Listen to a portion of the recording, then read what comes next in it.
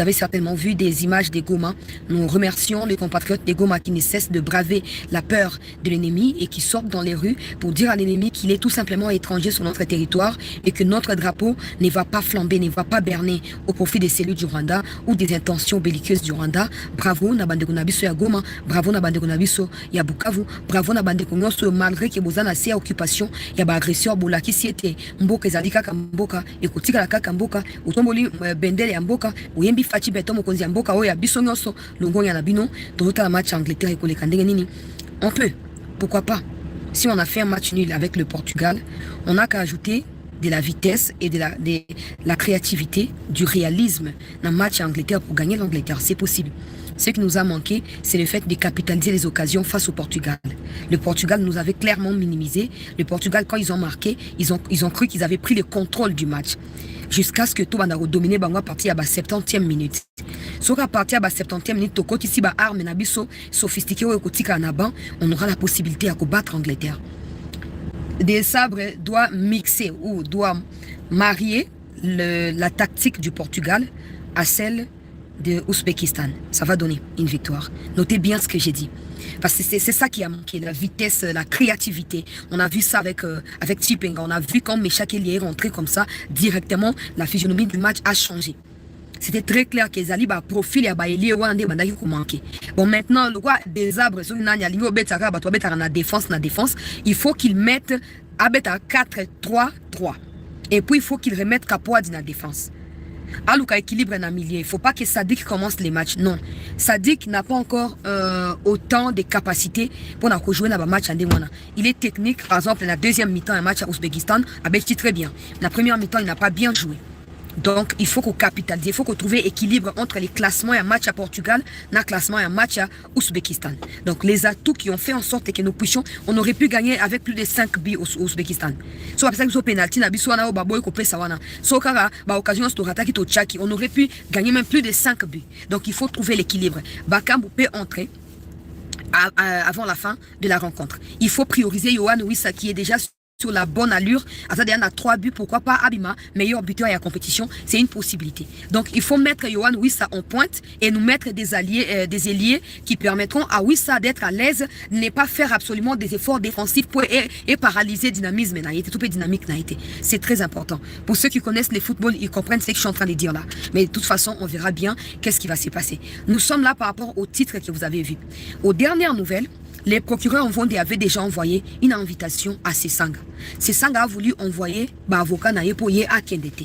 Alors que non, selon Martin Fayulu, Martin Fayulu Kamingite, selon Martin Fayulu, Sesanga linga kinda kende mi soigner na kati ya poto kuna bongo aya kozonga akokendango akoumela kuna te pourquoi baboyi bazuye passeport. Na bana ko saluer musala ya direction générale ya migration ya mboka oyo. Sesanga zali rebelle. Ce n'est pas moi qui le dis. Sesanga a dit clairement que ceux qui ont pris les armes ont raison de prendre les armes parce qu'ils sont en train de vouloir changer la gouvernance. Ceux-là qui prêchent la violence, le massacre, qui n'ont rien à foutre des vies des êtres congolais, n'ont pas le droit de vivre comme des êtres libres non plus. Pouvoir, ils allaient chef de l'État, na ba gouvernement de bazosala.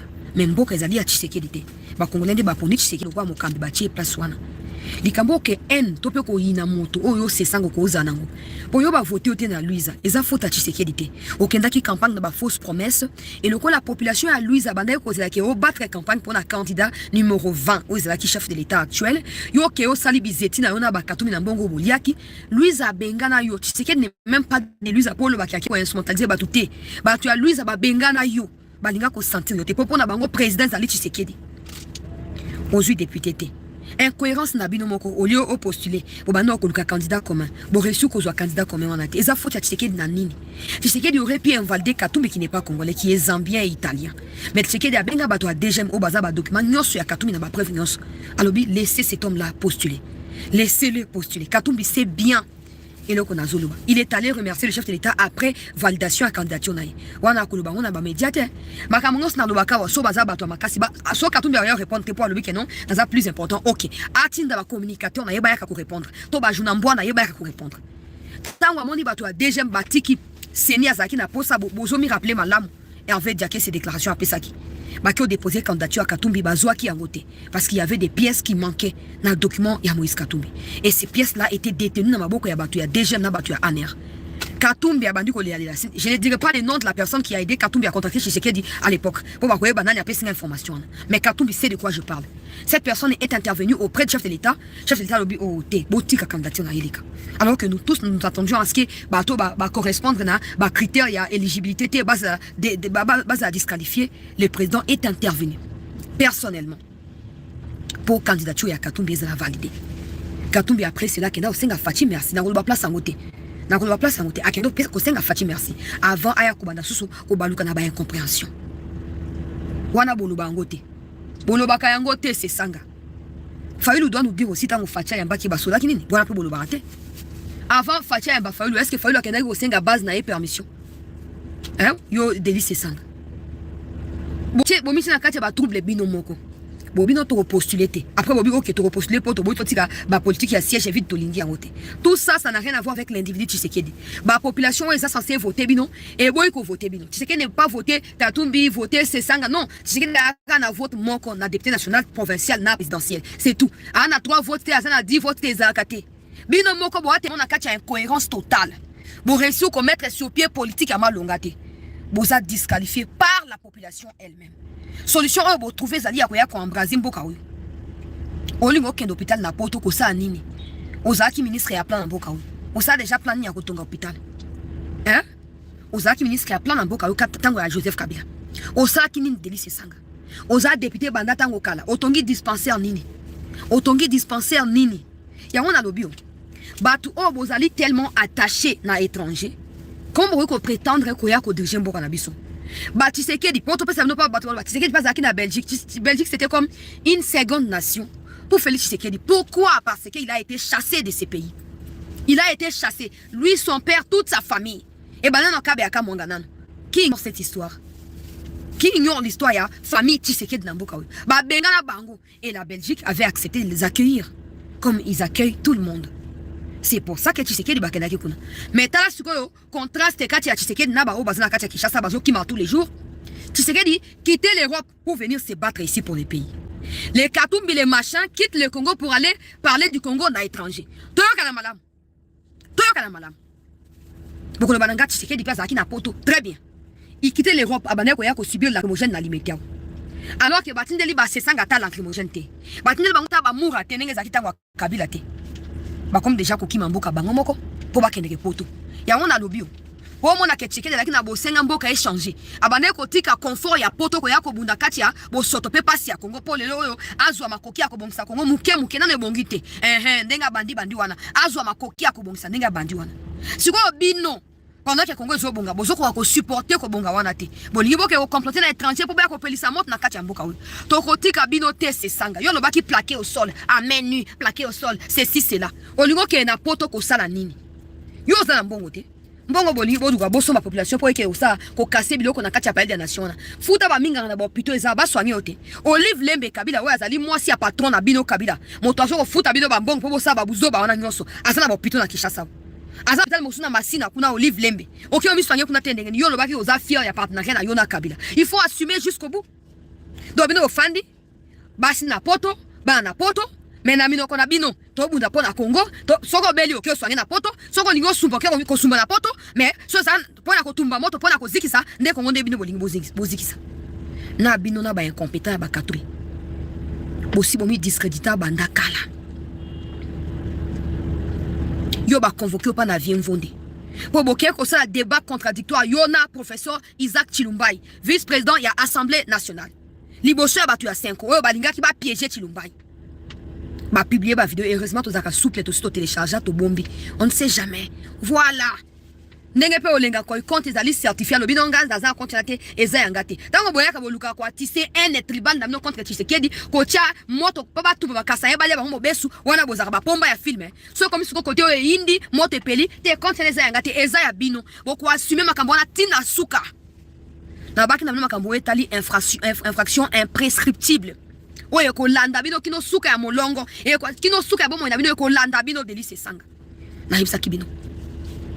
Vidéo ezali tango lobi que non constitution d'abord avant na lobaki et pas na journal na bino propagandiste ya Kagame wana olobaki nini olobaki que non ndenge za wana ozoko niete ozoko assumer liaison na yo na Kabila Kabila zali rebelle moto ko kozana liaison na Kabila bonga fanda kimia kacha na mboka oyo te siko bato a 5 ans lokwa na sina révélé que balingi basa nini baki okuta na Kabila balingi batinda siko sesanga akende ojuro lwana balingi batinda sesanga po akenda kuta na Kabila azo bambongo na ba makamu ngoso ya complot bazana ngo po azonga aya ko incendie mboka oleki epana jonambo na bino lobiki ozoko assumer liaison na yo na Kabila na arrogance ozaka nango sozo fungula munoko bwe wana ozoloba wana liboso ya mibale oyo koloba na liboso ya bato a 5 ans ba image nyonso toza nango olobiki non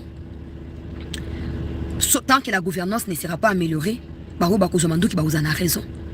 Et puis il faudrait pas que la constitution ba supprimer en gros ba comme la cicate pour so ba commis à cicate vous allez quoi ba briser pacte au bino ba rebelle il y a 1996 98 bo signaki compromis au bino bozoaki ndengolo baki yangwana na lobaka na émission mais comme les cas qui il y a plus d'une semaine so zaki na mboka o za siri balinga ki ba kanga yo directement mais bon to salimbela to beli justice na manière na ya ko travailler procureur en vont d'atteindre invitation pour qu'il ne repose pas explication makambo alobaki wana akende pe ko prouver bato bango balobaki ke bakufi na baza ba blessé ye moko pe alakisa bisika aza blessé pour ba soigner to moni na njini na kati ya video wana atata na bekite asi potaka ya 2 jours esi ebeli déjà pota ya 2 jours ba soigner na hôpital nini to yebite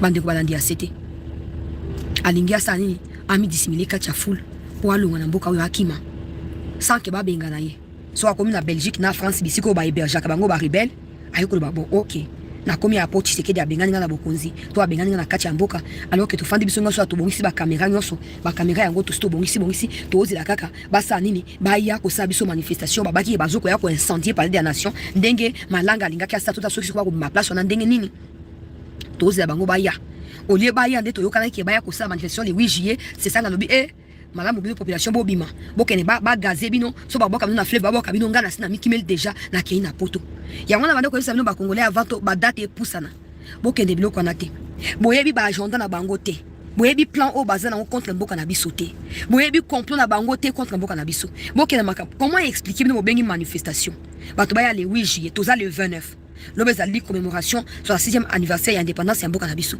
lobi c'est ça ngalobi akie komi soigner na poto soin ya poto zali kala ya 2 jours ezali ya 3 jours poison nga avant les 8 to alingi nde abimisa ba kuluna bakende ko tumba mboka soki mboka esi etumbami aya ko bakende nga zaki na poto nga na zalaki wate banda mokoni ni yoko lengwa na Congo kende ko bunda ya Congo na poto alors que uzakane na kati ya Congo awa délice sanga yo moto ba plaquage to plaquer au sol ameni to plaquer Tshisekedi papa omoni ba aventure bino bosa na mboka oyo okumisa nzambe po Tshisekedi aza mobomite Tshisekedi aza mokangisi bato te boloba nyonso bozoloba mais boza conscient mais comme les kaki bakangaka yo na balabala bakangaka yo na balabala na ba tous les mots bosalaki na 2025 vers la fin là bakangaka yo ordre utaki po ba libérer yo la police ekangaka yo vie Jacques mais yemoko Shabani akitaki aki ko libérer yo okasi ordre utaka wapi bosambela nzambe bino nde bozana kina mboko Tshisekedi il n'a rien à foutre dans ma vie à bateau. Si la justice décide d'agir, elle agit. Si elle dort aussi, elle va dormir. C'est tout. Mais rassurez-vous qu'un jour, au tout bozona avec beaucoup bukango. Donc, nous bokeh bo fouti bateau à machette. Pour ceux sûr, pour ceux qui disent chancela, on va bon pour bateau bazoka qui bata ta famille na oté. Ma famille n'ira pas dans des manifestations qui n'a ni tête ni queue, qui n'a pas de substance, qui n'a pas de quintessence, qui n'a pas lieu d'exister. Il y a des problèmes dans ces pays. Moi-même, je me charge de dénoncer ces problèmes-là. Moi-même, je me charge d'enquêter sur certains problèmes. Et quand il s'agit de parler pour critiquer, je ne mâche jamais mes mots. Parce que dans les critiques, là, il se peut que si les choses s'améliorent, que des gens de ma famille qui sont victimes de certaines choses soient aussi allégés ou soulagés. Donc, s'il s'agit de critiquer, on critique. Mais à chaque fois, le fait de confondre la haine viscérale, je ne peux pas cautionner ça. Et ces gens ne parlent jamais du social du peuple congolais. Ils parlent de leur agenda politique, de leur carnet politique. Ça n'a rien à voir avec nous. On n'a rien à foutre de tout ça. C'est quoi c'est ça nga bino mutu nakaboka ta place au partager. C'est ça nga lobaki boya bo manifester les 8. Yemoko alinga kima asundo la bino. Quel contraste, quelle contradiction pour des gens qui prêtent être des leaders. Tshisekedi wa Mulumba et son fils Félix faisaient accabler, encercler la limité. Pendant que ko zinga bango partout ba bloquer bango pas de sortie pas d'entrée. Na limité wa tozala kiwana. Biso ba o miso so na tsali so na été so liso ni tala. Tala liso na ngai tala. O ezali ba lacrymogène. Tala liso.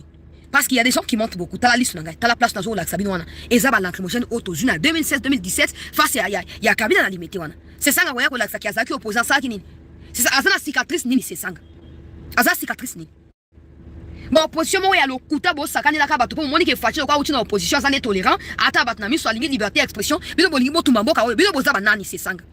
Suko lingo ki mako kende wapi benga ba médecin bisika yo linga ozwa ba soin na poto ba pauvre population bo senga ba na balabala ba zomi soigner na kati ba dispensaire ba ko ya ba veni bino monde bozo ki ba soin na poto bozo ka ba o baza mal barré bisoté bozo ka ba o baza aveuglé bis et puis nous on sera là pour clarifier les choses, on sera là pour apporter de la lumière à tous les Congolais. Tokotika subi ngo manda ko manipuler ba tout te delice sanga tokotika binoté so za mbongo benga ba médecin ba ya non baya ko soigner awa non ongo ki mapoti ka population so ba gazer bango lobi ke tala dictature ya Tshisekedi lokuta na bino o muta ona ndia kobuka siko so yo ki ko mi soigner na poto population yo benga ki o lobi ke baza blessé bo soigner ba na poto bino ba naïf bande onanga ya changu bande onanga ya matete o bakenda ba futi ba mbongo po boke kotambola toyoka na malamu bino so boza blessé bo tambola awa poto procureur lobi na bango na ministre la justice akomaki bango mokanda la kisa so bisika bato baza blessé pour l'état zo bango en charge ti lelo ti jengo la question c'est que bato bazaya kokufa pour tous soins et à kokunda plutôt dédommager ma famille na bango tijengu aujourd'hui ils veulent encore chercher des nouvelles victimes alors que bango moko en cas de égratignure ya muke ba okende de poto pona komi soigner na poto ba okende komi soigner na poto bande balandi ya cette news et les amis population de bango balingi basa nini ba yeba ko manipuler ba yeba ko utiliser abusivement pour na ba compte na bango yango yo za congolais ko tomber na piège wana te ko tomber na piège wana te na ebisio le 8 juillet bimasa ba activité na normalement so fana na ndaku na kimia so ke ko tanga ba ukanga ota yemo alinga déjà kima po ba ke ba ukanga bango alinga kima tanga ba ukanga yo za na poto kuna effectivement keite il faut que opesa ba explication akoza na boko ya justice tanga ba ukanga yo nana yo sambela yo nana yo ko sambela yo. Donc notez que c'est ça a été interdit bazu passeport na ye na batu ya DGM bazo que c'est na kati ya Kinshasa na nga natal c'est nos situation ngeli kani na mobiliser bande na nga ya Kinshasa. Tshisekedi donne sa vie pour ces pays. Il donne son âme, son cœur pour ces pays. Il se bat pour ces pays. Vous ne pouvez ne pas être d'accord avec lui sur certains points. C'est logique, c'est votre droit. Mais ne vous associez pas à ceux qui bouffent avec Kagame la nuit et viennent vous amadouer les jours pour vous dire qu'ils sont là pour vous. Ils sont là pour vous alors que dans la même constitution qu'ils prétendent défendre, il n'y a rien qui vous favorise. Il n'y a rien qui vous est favorable. Ne dormez pas. Soyez debout. Nos ennemis rôdent comme des lions rougissants qui cherchent des proies faciles à dévorer. Ne soyez pas ces proies-là. Levez-vous que quand il s'agit de votre pays. Critiquez votre gouvernement, vous en avez le droit. Mais ne vous associez pas à ceux qui n'ont rien mais qui sont en quête de popularité.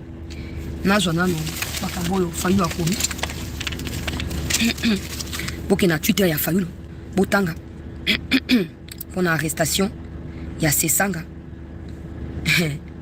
Mbutu. Ok, na Twitter ya Fayulu s'il vous plaît. Bokende Kotanga nazo la Sabino directement akomi yango ya ino passé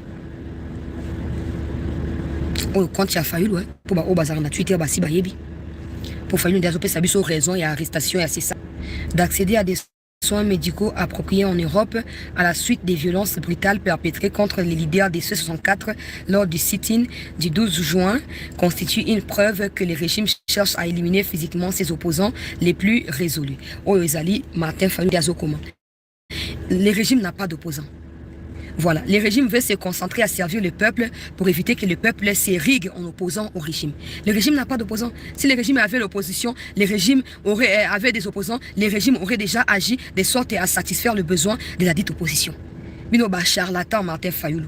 Yo za opposante. Ba nani ba epenge ba ke osenga mbongo pa fachukuna po ba stomba ba villa na kati ya poto ba zumbo ngwa. Ba zumbo bino boza ba opposant résolu ngo zo ba donc boza ba opposant radicaux ya Tshisekedi. Pourquoi osenga mbongo pa Tshisekedi pourquoi? Martin Fayulu. Bon mi respecter avant de mettre nos carte sur table. De okania. Bon mi respecter. Bon on a chance pour fachaza moto ya agressa kabatute, moto ya bomaka batute. Bon ba tous les gens bo tia na mboka bo linga RDC et ko peser sur ngai. Banani bakoyi ko dédouaner ngai, ba dongo la charge za kati na ngai, ba attribuer ngo atepa ya bananga, atepa ya banani. Muta porta ki garant akosala lelo koana eza mais c'est chaud. Dona c'est chaud. babandi ba démarche na bango makambo na este Rwanda za innocent c'est eza bitumba moko za purement ethnique wana nyoso Paul Kagame azobanga les crimes qu'il avait commis. Comme il avait commis les crimes à Monique, ce qui lobby ces pays, ce qui lobby par malheur, bamindele babino batanga mupepe na kozanga place ko kima na kozanga moyen ko ya ko s'en sortir des locaux. Bato déjà babanda ko sunga ngai ba longola bitumba et pas na ngai ba lobaki bitumba les alaka ba congolais na ba congolais.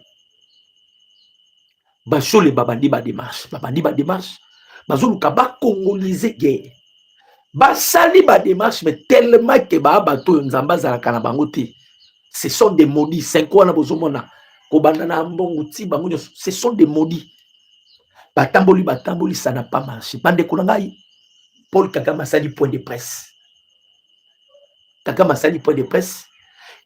affirme que à Kota Congo depuis 2000 à Kota Congo il y a cela 5 ans. Na point de presse na utu sala ya suka. Kagame se vante abundina wazalendo abundina contingent sud-africaine abundina contingent burundais abundina mercenaires. C'est Kagame yé mokonda zolo. Ande kunangai il a crucifié tout. Ça dit na minute yo quand on parle de M23 on est conscient que c'est l'armée rwandaise. M23 est un coquille vide. Et ça armée rwandaise. Donc, Basango, Bandekoluka, va sauver Kagame. Mais Kagame a exposé Bango, a bimisi Bango na mpoasa. Kagame a talisi mon kilimo bibake, Basango wana pe bazalaki na musala na service na ngai. Parce qu'il y a personne qui Bango musala, mais ils n'ont pas réussi na musala na Bango. Abimisi Bango na mpoasa bandeko ba congolais. Et l'autre Ebombama qui c'est grâce au président Tshisekedi. Comme le chef de l'État a Boyaki Kosede, il était catégorique. Azalaki déterminé. Et ça, l'une des raisons, c'est ça là. Américains va collaborer avec le président Tshisekedi. Pourquoi? Parce que les Américains, le président Tshisekedi, il n'est pas versatile. Il est déterminé. Atikali, kakana ligne naye. Bandeko ba Congolais boyoka. Boyoka bandeko ba Congolais. Conflit na bisoka oyo. Il y a certains présidents. Baki koluka mukonza mboka. Ba président mosusu ya ba Union européenne. Pardon, ya ba comité ba Union africaine wana. Mais koluka président Tshisekedi. Boyoka makambazu senga président Tshisekedi. Ici, président Tshisekedi, donc la guerre est là. Donc la guerre, ça continue. Je vais parler aussi de Minembo, ne vous en faites pas. Donc la guerre continue, mais est-ce qu'il n'y a pas moyen? Il n'y a pas moyen, au cas, Bopesaka nani, Kagame, espace ou anate. Président Tshisekedi, c'est bon, espace ni. Ou non, le coup Kagame azo ko supplie à se tenir car que non yé faut kaka mabele nirangongo masis président Tshisekedi ebisi bango wana bato bazoya koluka mukonzi ya mboka yango boyoki lobi a répéter yango na discours na ye mukonzi ya mboka ebisi bango je peux tout accepter avec Kagame tala bandeko Kagame azui mobali mukonzi ya mboka ebisi bango je peux tout accepter avec Kagame.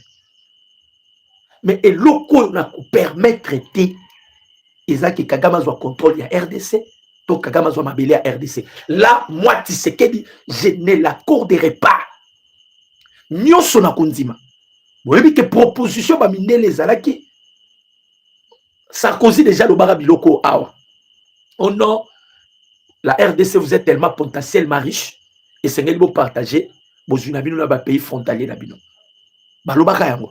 Alors le chef de l'État n'a pas à marcher à Mouanate. Donc, il pas américain.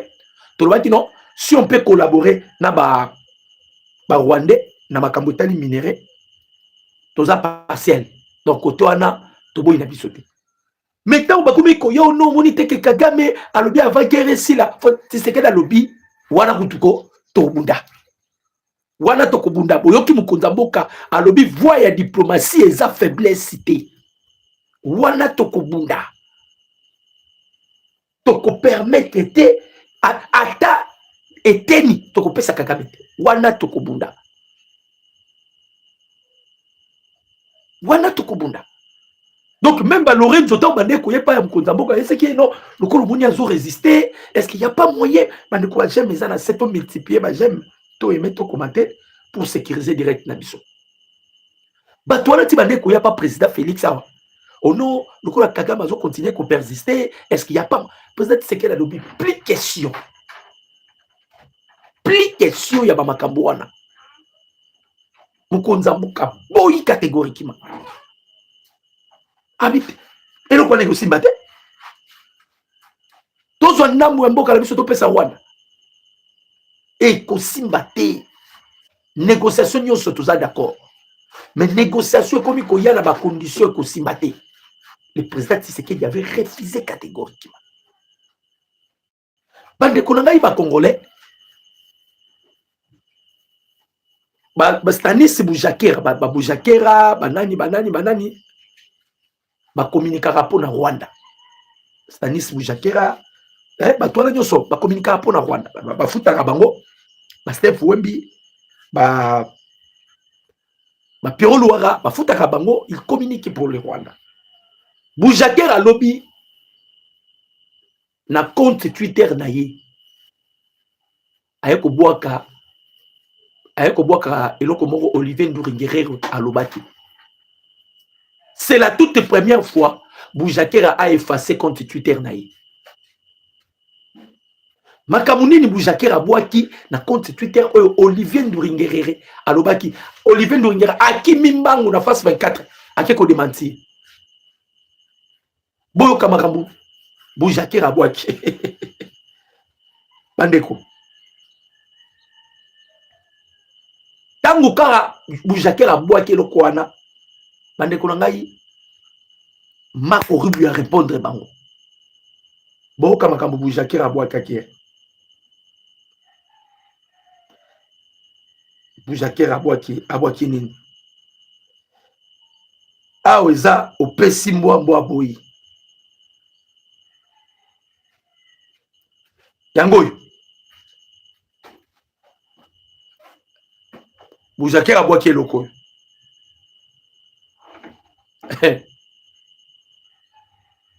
Kigali, voilà Boujakera d'Abotiango. Kigali exclut un retrait immédiat de ses troupes de l'Est de la République.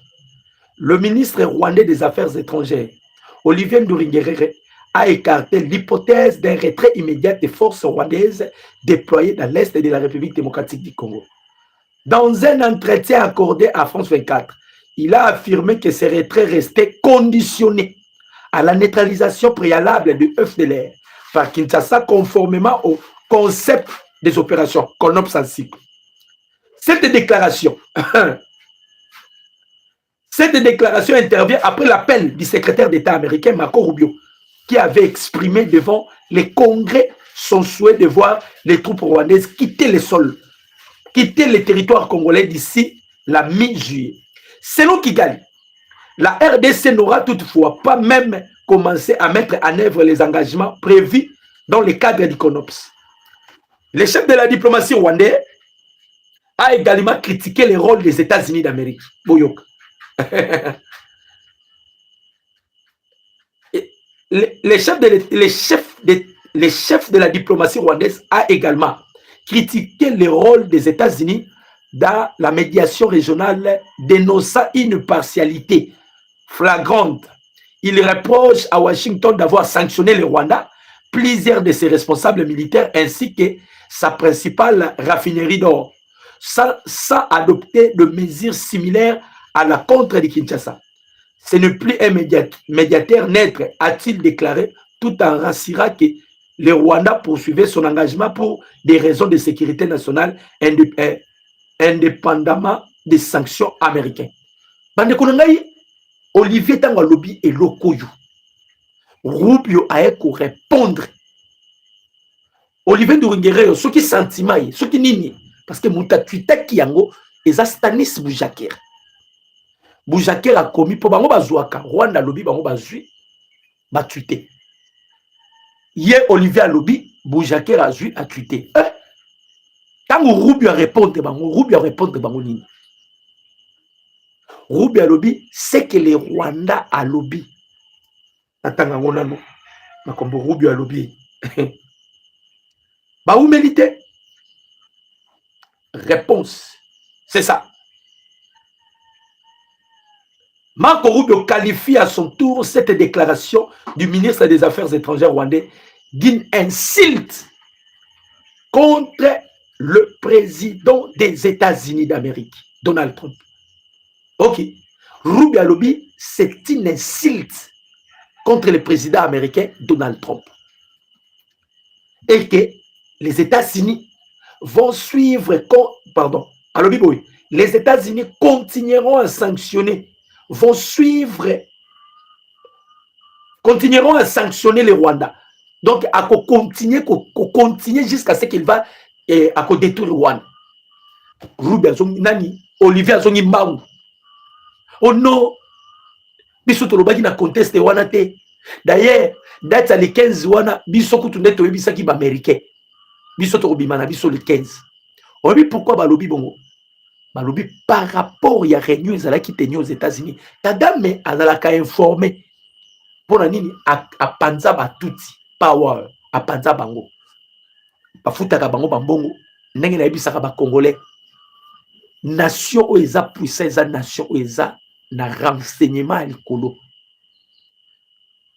Ce qui fait la force d'une nation, ce qui fait la force d'un pays, eza ba renseignement. C'est-à-dire makambo elobina na 8h. Na 8h30 yo des choses à informer nango. Bande ko ba j'aime ezala c'est to aimer to commenter to partager. Na 8h30 yo des choses à informer nango. Donc o eza la ka force ya nation eza renseignement. Alors na ba renseignement ba tila kango mbongo ebele. Kagame déjà aza déjà informé. Il est déjà informé na plan oyo ba américain baté sur la table. Ce qui le 15 juillet cookie et que na part ya Kagame réaction salamité. Ayebi déjà plan bazana. Parce que Olivier sorti na ye médiatique na ye discours à Betty wana. Peut-être à Beta qui a la réaction ya Rubio pour comprendre réellement que makambo ba ebisa ki biso za solo. Réaction ya Rubio mbalambo kwa la force 24 a ko démentir oboye ba américain ba lobi bouyi américain et loko na loba kango déjà en avance soko moni ba américain ba lobi likambo moko ba pesi na date c'est que ba déjà na plan déjà batté sur la table décision koyi soki jié koki Kagame a bimité ba osala Kagame filmo basala ki maduro ba kosala Kagame ye mokote ba kokanga na ba collaborateur omoni bato nyonso déjà Amérique beti ba sanction bobo sanate Rubio azalaki clair Marco Rubio alobaki to disposer satellite to te satellite oyo ezo contrôler ba mouvement ya Kagame ezo contrôler ba mouvement ba M23 ezo contrôler nyonso ezo salama na est ya République démocratique du Congo pour dire que ba américain bazu ba moyen nyonso baté sur la table ndenge na yebisaka bino bandeko ba congolais bazalaki na deux dossiers sur la table dossier liboso ezalaki Iran dossier mibale za Rwanda Kagame Donald Trump après avoir réussi ko signer accord na Iran a monique koto anesili sikoyo bazongi na dossier ya Rwanda ezalaki deux dossiers ezalaki sur la table na réunion tenue na bango les États-Unis ba opté ko humilier sikoyo ils ont décidé à ko humilier nani Kagame soki kaka Kagame to komi le 28 et le 15